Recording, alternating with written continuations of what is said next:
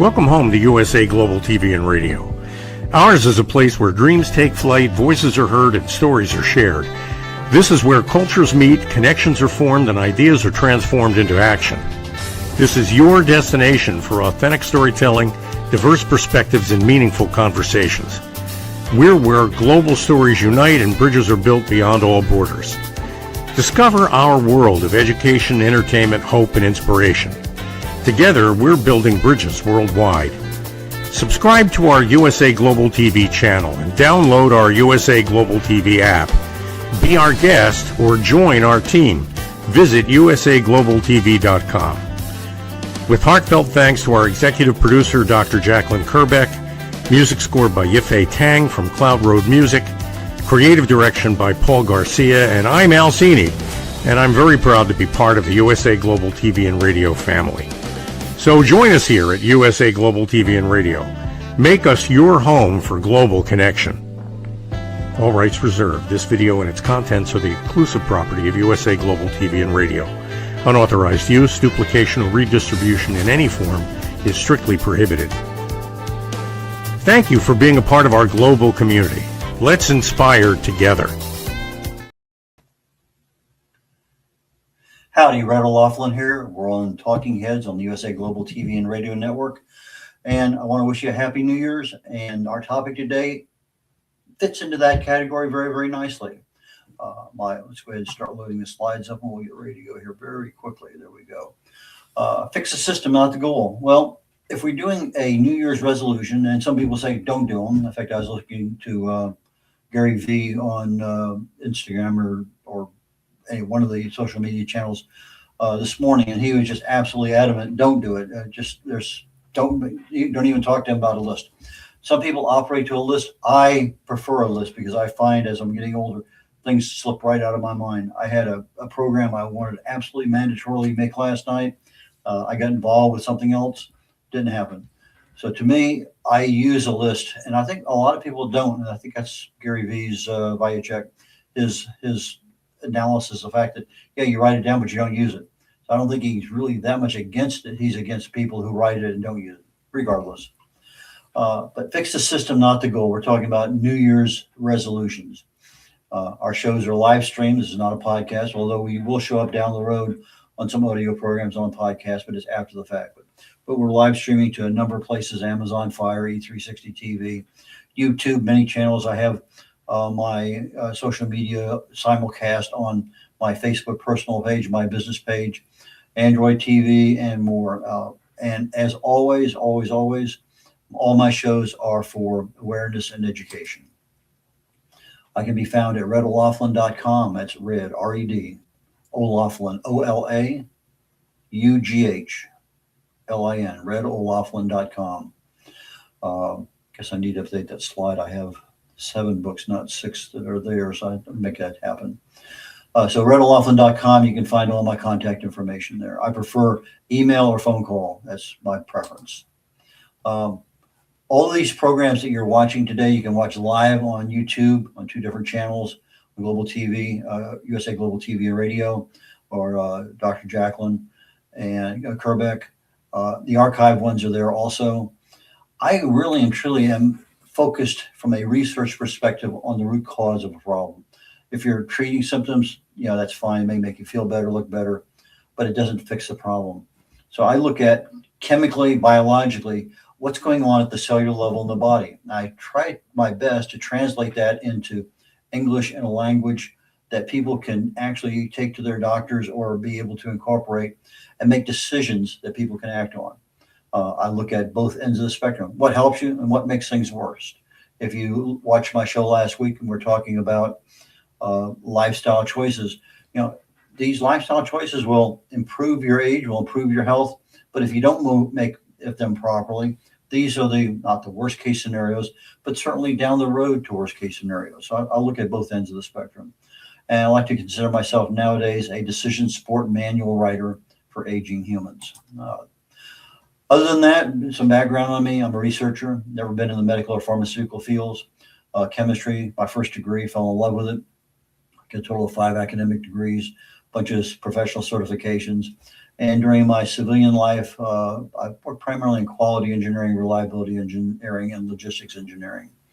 Retired Navy captain, flew for 16 years, 31 total years, been to a bunch of countries, got invitation to Bosnia and Vietnam while I was in the military.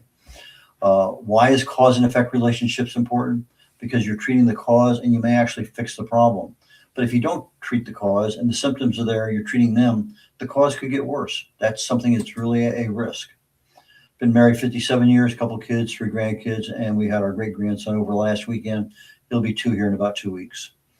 Best-selling author of 7 books, independent publisher, about 50 books for other authors. Distinguished Toastmaster, writer. I've written over 1,000 original content articles on LinkedIn. I probably just need to say I'm number 3 host this year on the USA Global TV and Radio Network, and update that slide. I'll do that. Okay, I have a couple of books that I wrote. No Matter What You Can Do It is based on Dr. Maxwell Maltz's psychocybernetics. Talks about the subconscious mind. How do we really talk to ourselves in order to make things happen? But I also wrote a book on failures, and I incorporated some advanced aspects in there that aren't typically found in other failure books. One of my responsibilities as a reliability engineer was failure modes and effects analysis. How can something fail? And we would get together, maybe 20 of us engineers, different disciplines, and we'd put the blueprints on the table. Okay, if this thing failed, what happens? If this thing failed, what can we do to, okay, if it fails, is it going to fail open or closed? Is it going to hurt? I mean, we would go into it, and it's been 2 days in how can you improve the reliability of something. So failure is something that I really and truly look into. I spent a lot of time on what's called taproot analysis, where you look at, it failed. Okay, why did it fail? Okay, well, why did that fail? Okay, why did that? So you go down to about 7 levels of why. So it's one of those things I feel very comfortable in working with and in talking about. So fix the system, not the goal. The goal is, oh, it's my goal, lose 20 pounds this year. That's the goal. But the system is your subconscious mind because it's in control. So Happy New Year. We're already in 1 week into it. And at least in my end of the world right now, I think I'm a little bit ahead of my expectations. I hope I am. And expectations are really what causes your subconscious mind to work. Wants and needs are a conscious thought, don't really count in the real world. Even though they're the real world, it's not something that drives what you're doing. So if you look at your subconscious mind and your conscious mind, there's 2 entirely different activities going on. Dr. Maxwell Maltz wrote a book called Psychocybernetics back in 1960.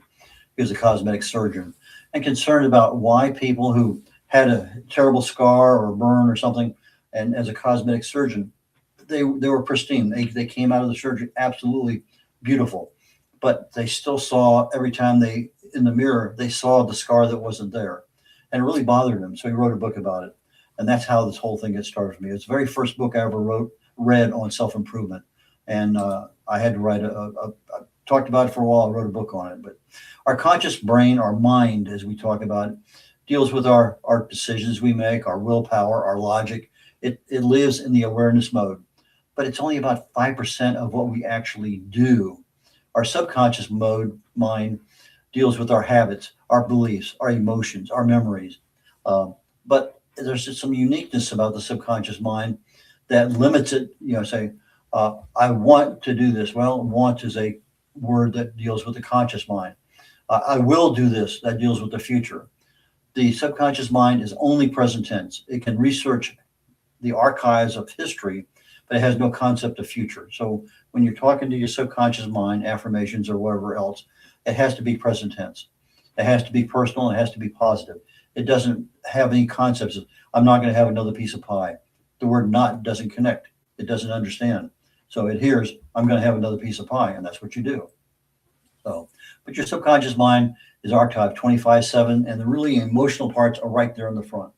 And it'll help you or it'll hinder you. It's just, it works both ways. Its prime directive is do not allow any harm, any embarrassment to come to you.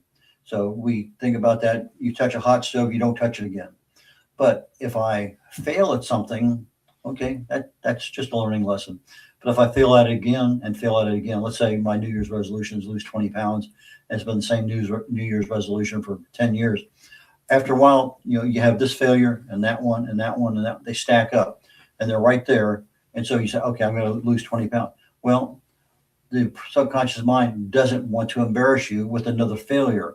So even though completing that goal of losing 20 pounds is really beneficial and healthy, your subconscious mind is going to sabotage you because you failed so many times it doesn't want you to embarrass yourself again. So once you have a history of failure, then you have to look at, how can I prevent this? Well, one of the best things about the subconscious mind, it has no concept of the difference between real and imagined.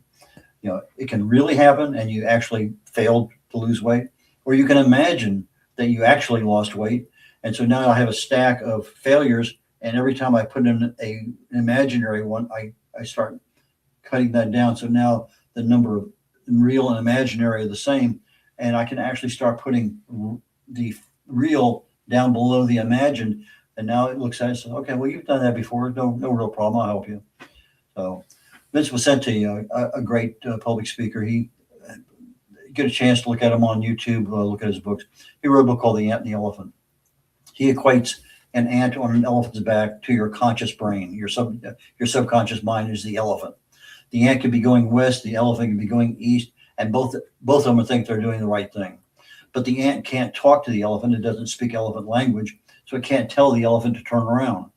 But there are things that can be done. But literally, the amount of neurons in the brain that control your subconscious mind is literally the size of an elephant compared to the ant of your conscious brain. Really amazing difference in size. And yes, the subconscious mind controls your breathing and blood pressure and other things too. So if you can imagine victories, you can cancel out a lot of real failures. That's probably one. If you don't remember anything else, that's probably one thing I'd say. Start looking at imagining success, because that really helps you. So 90% of the people, by several studies, fail their resolutions by February. 30 days, they're gone. But they they're not even aware that the subconscious mind is causing them to be sabotaged. They're penalized by prior failures. In other words, it's in here, it's right up here at the front, and I tried to do something. I don't want you to be embarrassed again, so you're not going to fail. And so it's there, and your subconscious mind compares past to present. It archives the past and only compares it, but it lives in the present tense. So, but your daily habits, everything you make your choice. And we talk about lifestyle choices, your sleeping, your stress management, your exercise, your eating and stuff. Those are all daily habits. They're part of your subconscious mind. You try to say, okay, I want to be more healthy. I'm going to start eating more salads. Well, a week later, you're not eating more salads. It's not the conscious mind. The conscious mind wants to do it, but the subconscious mind is really and truly in control. And there are ways of changing things. So why do resolutions fail? Well, most of them are unrealistic. I want to lose 50 pounds. Have you ever lost 50 pounds in your life? Never. Why do you think you're going to do it now? They're vague. I'm setting a goal, but I'm not looking at the behavior that makes that goal viable. Sometimes it's all or nothing. I want this, but if I don't get it, we classify things wrongly. We don't plan for things properly. We don't have a system to support ourselves. We're operating without accountability. We're taking too much time. We have setbacks, but we're underestimated. We don't understand, why did I fail? Okay, if I understood why I failed, maybe I could prevent that from happening again. And then we ignore the existing habits we have.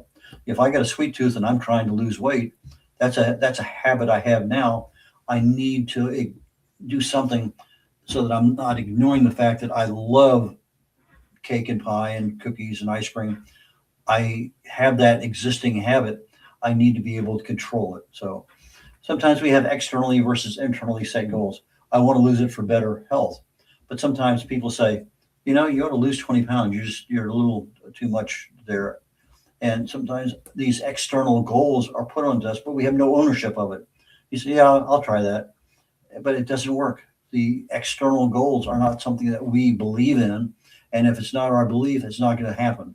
It's just simple as that. It's like for me, if I don't put it on a list, it definitely won't happen. If it gets on a list, it may not happen, but the chances are much higher that because that list has that line item, it will happen. Distracted by her older sister. I love the Lovin' Spoonfuls back in the 60s. They had a song, did you ever put out? Yeah, I'll think of it in a second. But one of the lines in there was distracted by her older sister. And so when I look at the distractions I have in life, this is something I've been doing for years. And I'll tell my wife, oh, I got distracted by her older sister. Well, that was a line, and don't you ever have to make up your mind.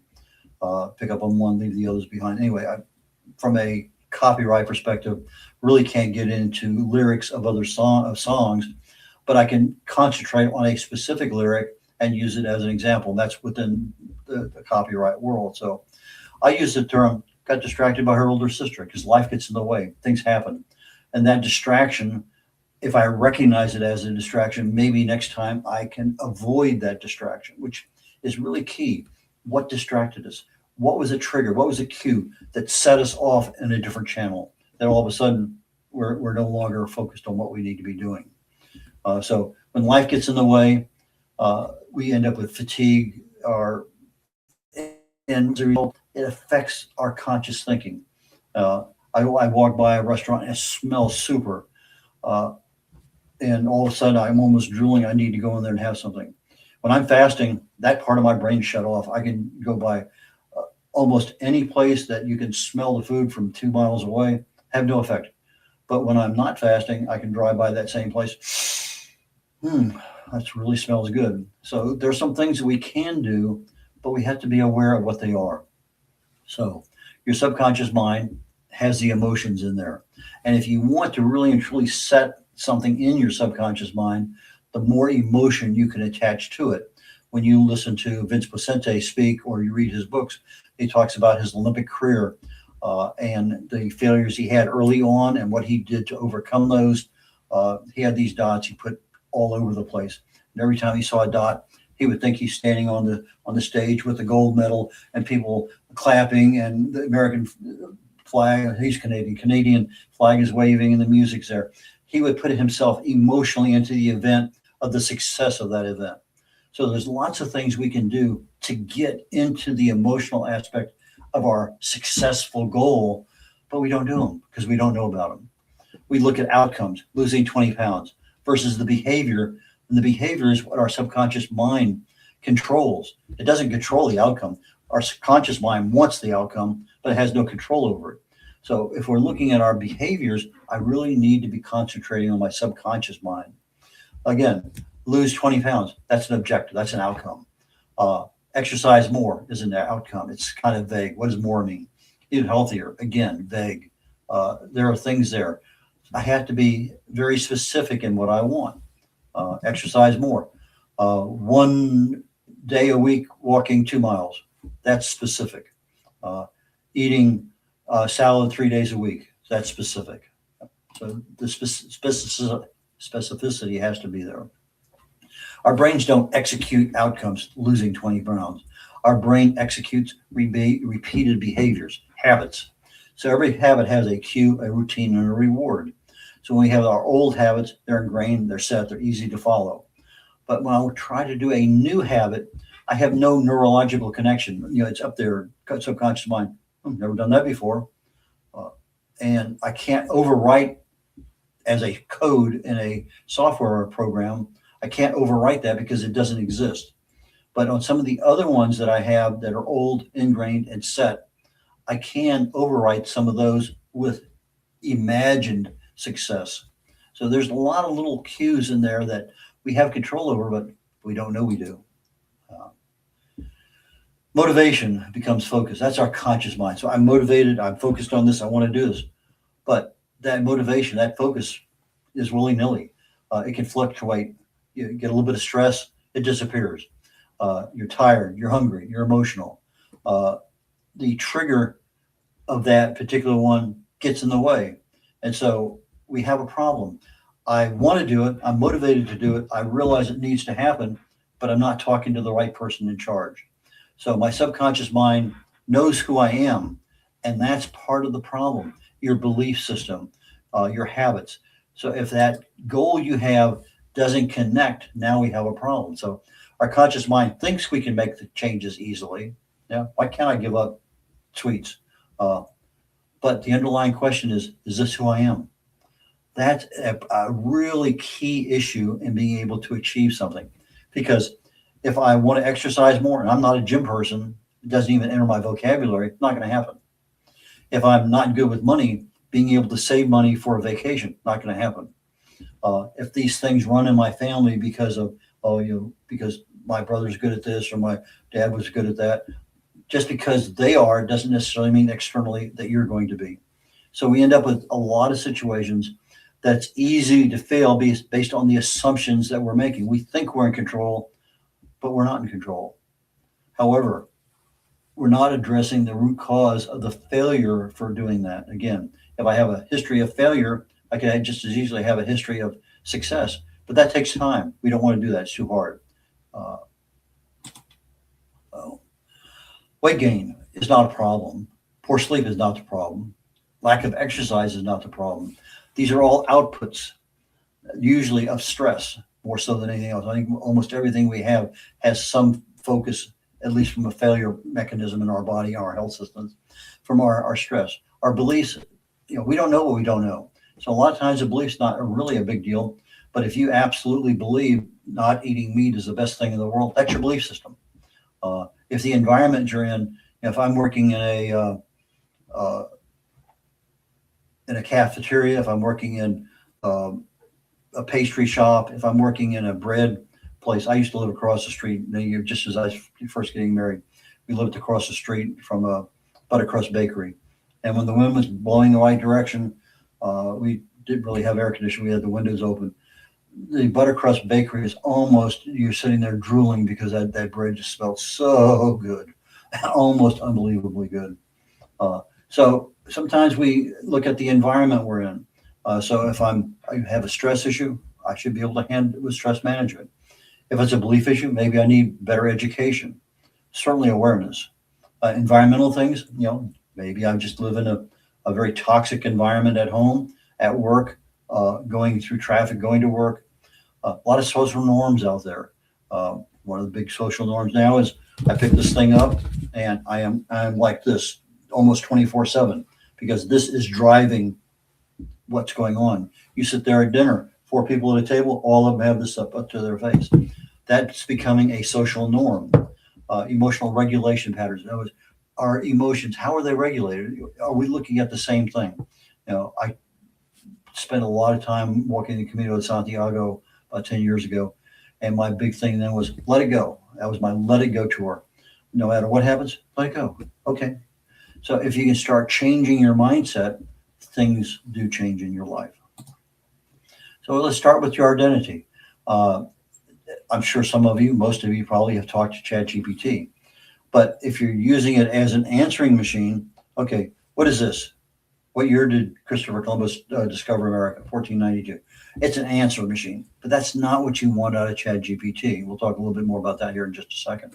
So if I want to lose weight, is that who I am?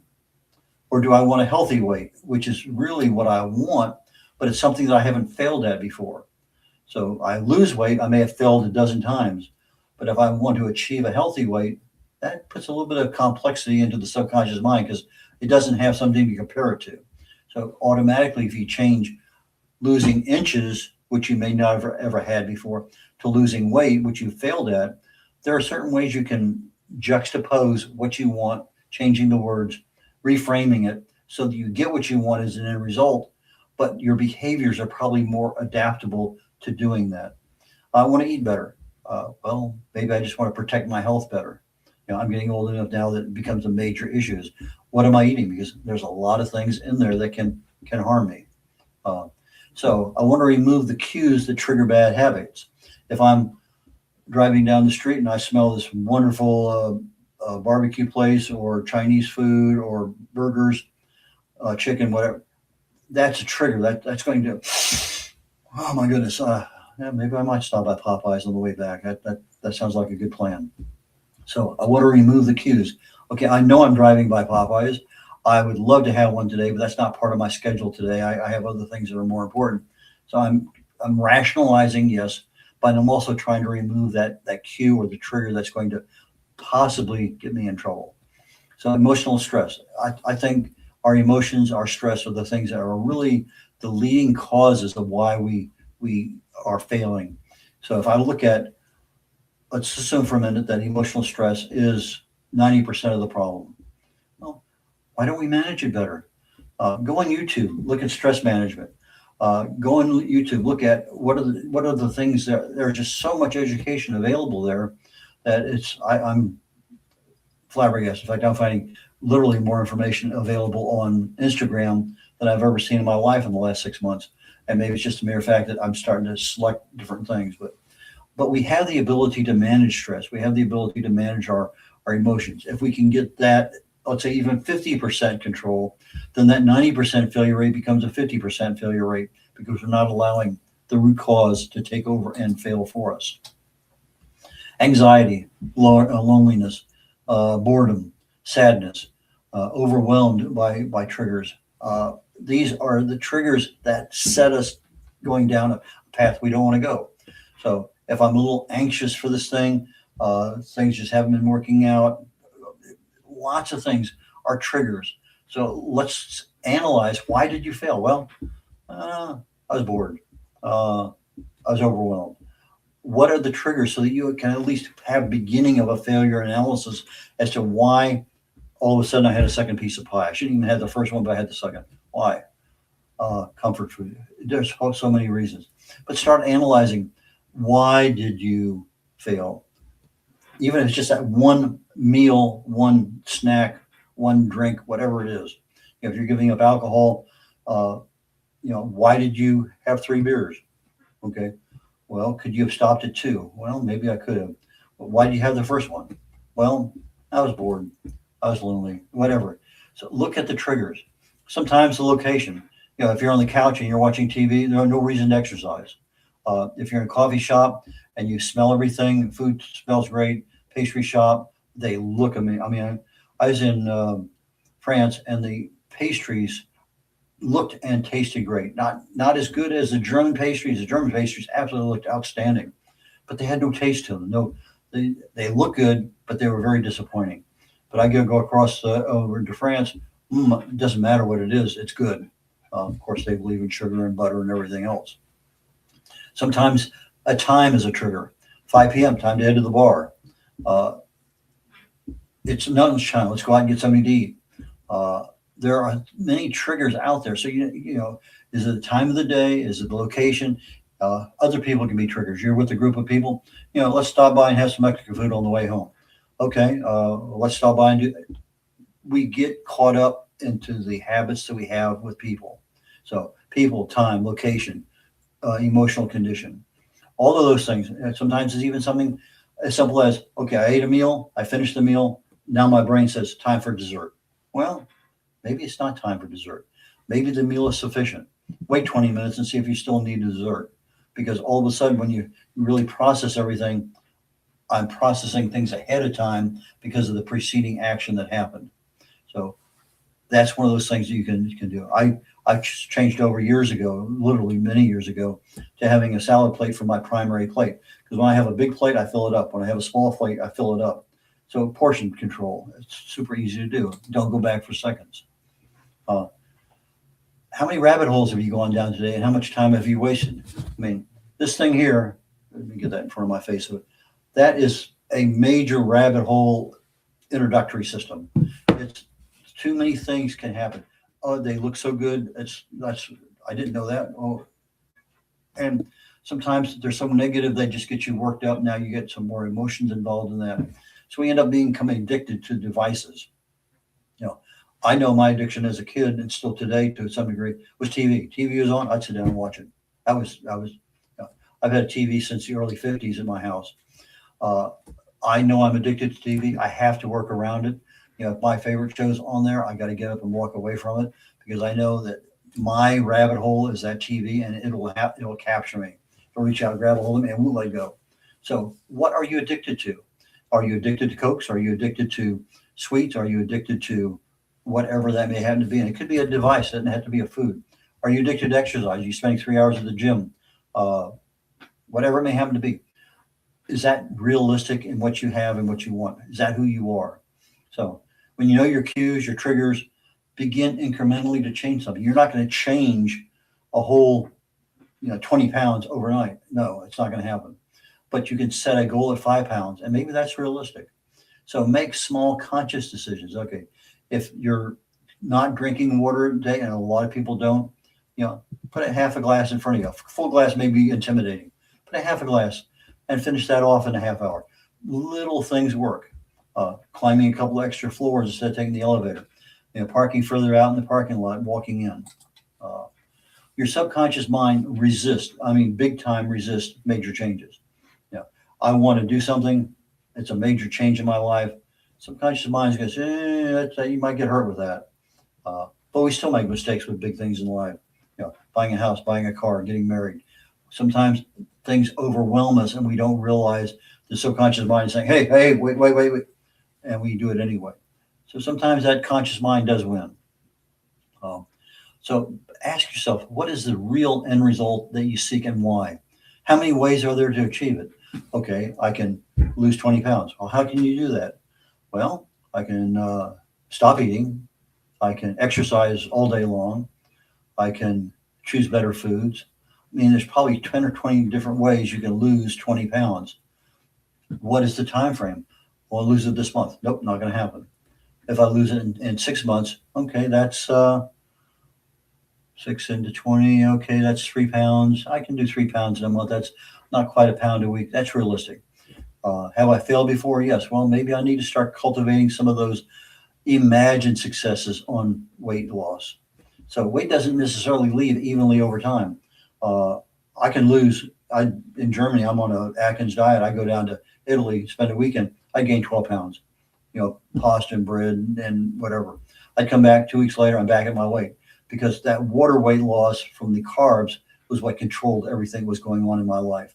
So I know that my first 10, 12 pounds is water weight. Everything after that is actually going to be losing fat, losing inches. So it's understanding how does weight actually leave our body. So why are those things important to you? 20 pounds, look good, clothes fit better, etc. But if I'm looking at my old failures, I had the same reasons. I want to look good, my clothes fit better. Let's change the dynamic. I can still get into better looking clothes and look good if I lose inches instead of pounds. So portion control, intermittent fasting, lots of ways of getting to that goal. Awareness of the situation. Sometimes I really feel like I'm hungry. I generally don't eat during the day until at least 3 o'clock in the afternoon. So I get through the night, the morning, noontime, and 2, 3 o'clock, fix something to eat. Am I hungry? Those hunger pains I feel in my stomach, or am I dehydrated? Eastern and Western cultures for breakfast are totally different. Eastern medicine says, I don't care whether you have breakfast or not that important. Lunch is the most important meal of the day. Western culture says breakfast is the most important meal of the day. But who's saying that? The cereal manufacturers. Of course, they have a vested interest in that. People don't fail because they're lazy. They don't fail for lack of discipline. They fail because they try to fix the goal, the 20 pounds, not the behavior, the system, the subconscious mind that controls how you get there. So the system, your subconscious mind, runs your systems. So the human behavior is super complex. It's just not, I can fix this by just moving that one little thing. Nope, it doesn't work that way. It's like you get a disease. Well, get cancer. What caused it? They don't know. But it could be 10 different things and you fix 2 of them, you're still going to get cancer. There's just certain things you have to look at the entire possibility. I have biological factors, my genes and other things in there. Psychological factors, and that's my daily stress.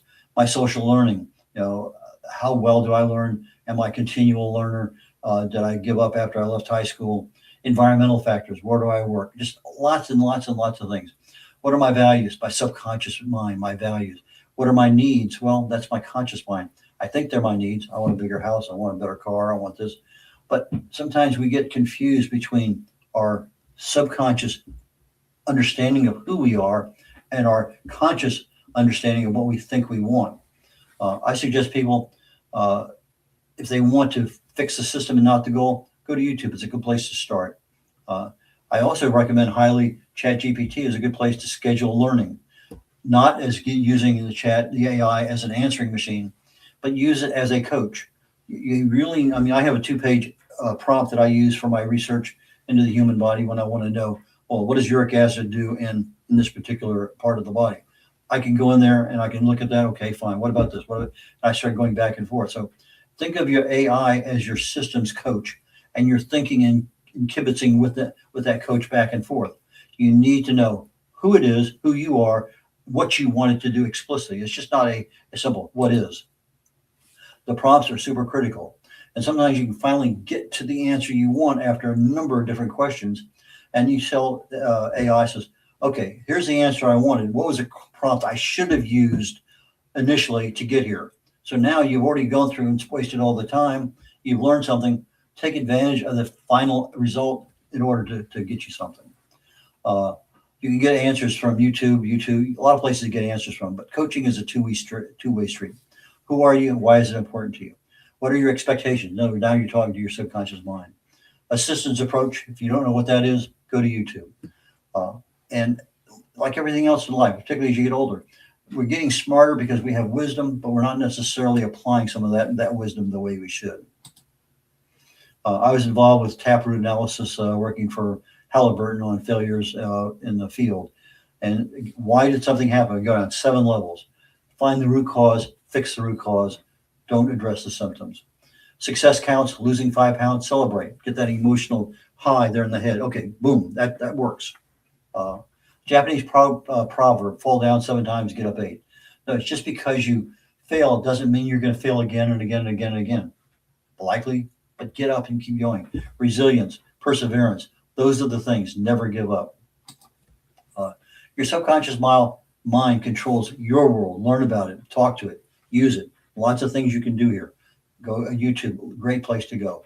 Failures happen, get over it, let it go. If it's not important, it won't happen. You have to have, if losing weight is not that you think it's important, but if it's really not important deep down in your belief system, it won't happen. So you got to make sure you have a good belief system. Stay the course, even when you're on the shoulder of the road and you're going back and forth and the rocks are flying up and things just don't seem right.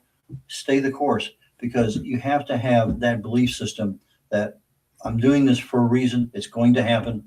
Maybe it's going to take 8 months, not 6 months.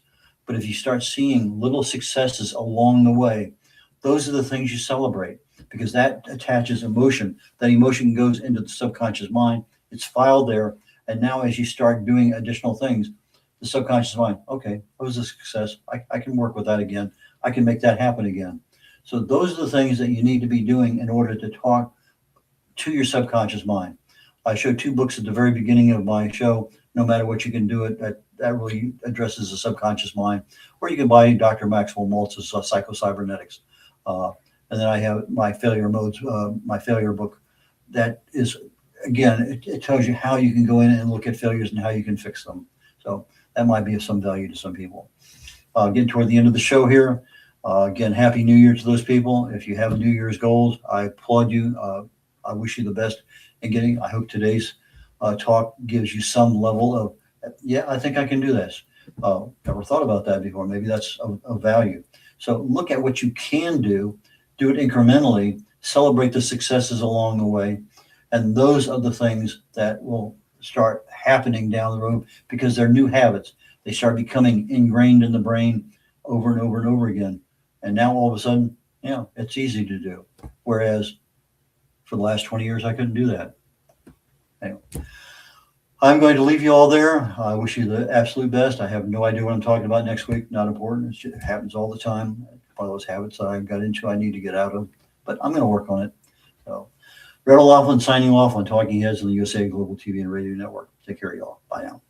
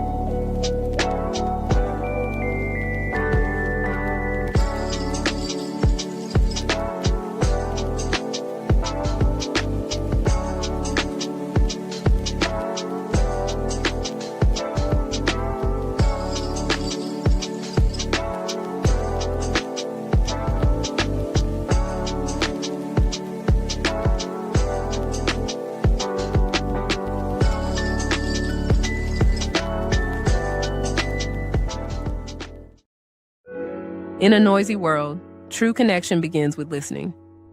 Elevated listening transforms every conversation in just 5 simple steps. Pause and breathe.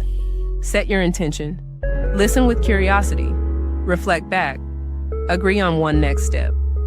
Join the Listening Mentor on Let's Finally Talk with Dr. Jacqueline Kerbeck, the Listening Mentor, where we help you find inner peace, one conversation at a time. Streaming every day. Let's Finally Talk TV show with Dr. Jacqueline Kerbeck, only here on USA, Global TV and Radio. Subscribe to our YouTube channels to watch and engage with all our content.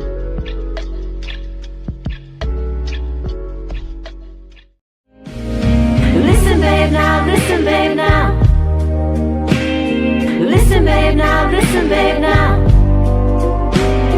Listen, babe, now, listen, babe, now.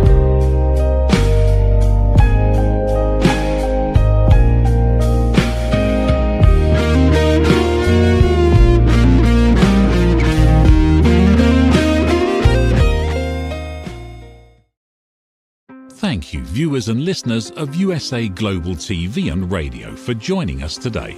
We're honoured to have your time and attention as part of our global community. At USA Global TV and Radio, we believe in the power of authentic conversations, meaningful connections, and creating a world of possibilities together. Want to be part of something bigger? Join our team of elevated listeners at usaglobaltv.com, a space where your voice matters and your ability to listen transforms relationships. Stay connected with us across all our platforms for thought-provoking discussions, expert insights, and empowering stories. Subscribe to our channels at youtube.com/c/usaglobaltv. Follow us on social media and explore the endless opportunities we're creating for growth, learning, and inspiration. Together, we're not just broadcasting, we're building bridges and changing lives one conversation at a time. For inquiries, contact us at info@usaglobaltv.com.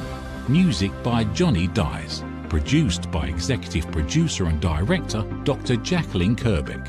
Voiceover by Mike Porter. Creative direction by Paul Garcia. All rights reserved. Copyright 2025. Visit usaglobaltv.com to view our full terms and conditions.